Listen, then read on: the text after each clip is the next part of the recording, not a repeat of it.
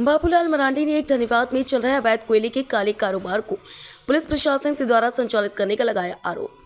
खबर झारखंड से, जहां भाजपा के प्रदेश अध्यक्ष बाबूलाल मरांडी ने एक प्रेस कॉन्फ्रेंस कर धनबाद में चल रहे अवैध कोयला के काले कारोबार में पुलिस प्रशासन की संलिप्तता ही नहीं बल्कि कोयले के काले कारोबार को संचालित करने का आरोप लगाया। आपको बता दें, धनबाद में कोयले का काला साम्राज्य कोई नई बात नहीं है, लेकिन मौजूदा सरकार में इसका चरित्र पूरी तरह बदल गया।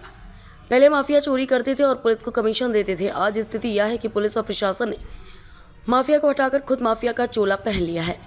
अब साझेदारी नहीं बल्कि पुलिस अधिकारी सीधे तौर पर कोयला खदानें चला रहे हैं।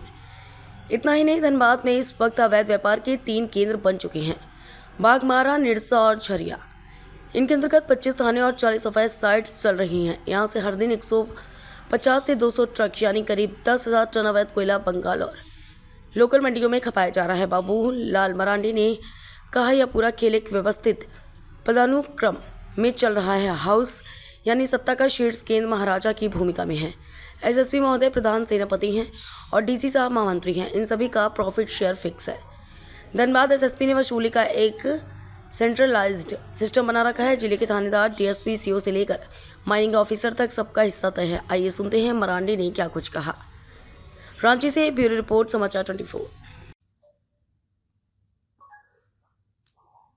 और धनबाद में जो कोयला का जो अवैध कारोबार होता है वो आप सबको पता ही है कि 2-3 क्षेत्र प्रमुख है। एक तो निरसा है, झरिया है, बाघमारा है। और इस क्षेत्र के अंदर क्या कहते हैं 20-25 ऐसे थाना ओपी पड़ता है। ये जो 3 ऐसे क्षेत्र बताए, और उन क्षेत्रों में छोटे बड़े 30 से 40 ऐसे क्या बोलते हैं अवैध साइट्स है, जहां से कोयला, अवैध कोयला जहां से निकाला जाता है। और चर्चा तो यहां तक है कि भाई चर्चा है साइट को प्राप्त करने के लिए। जो हमने कहा कि 30-40 जो साइट है इन सारे इलाकों में, धनबाद जिला में, उन साइट को प्राप्त करने के लिए लोग चर्चा है कि भाई हाउस से परमिशन आवश्यक होता है। अब हाउस आप लोग पूछेंगे भाई कौन सा हाउस, आप सब लोग उसको पता करना। और ये चर्चा है कि भाई हाउस से परमिशन होता है। हाउस से परमिशन, जब हाउस से सीधा एसएसपी को टेलीफोन जाता है और तब फिर वो अप्रूव होता है।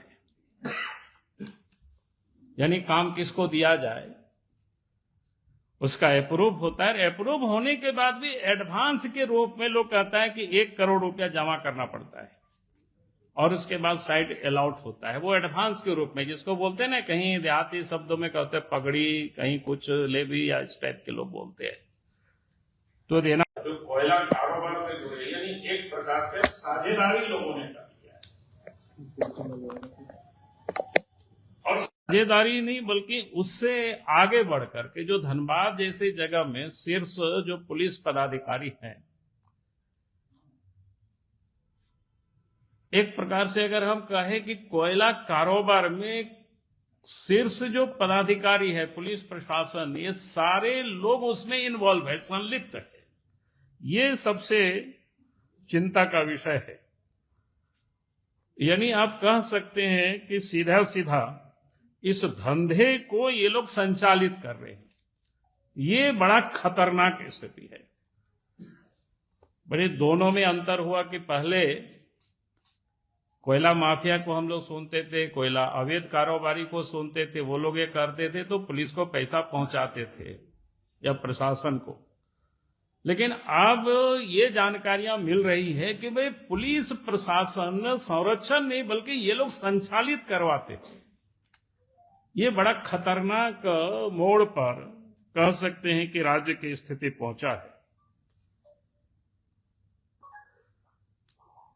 और धनबाद में जो कोयला का जो अवैध कारोबार होता है वो आप सबको पता ही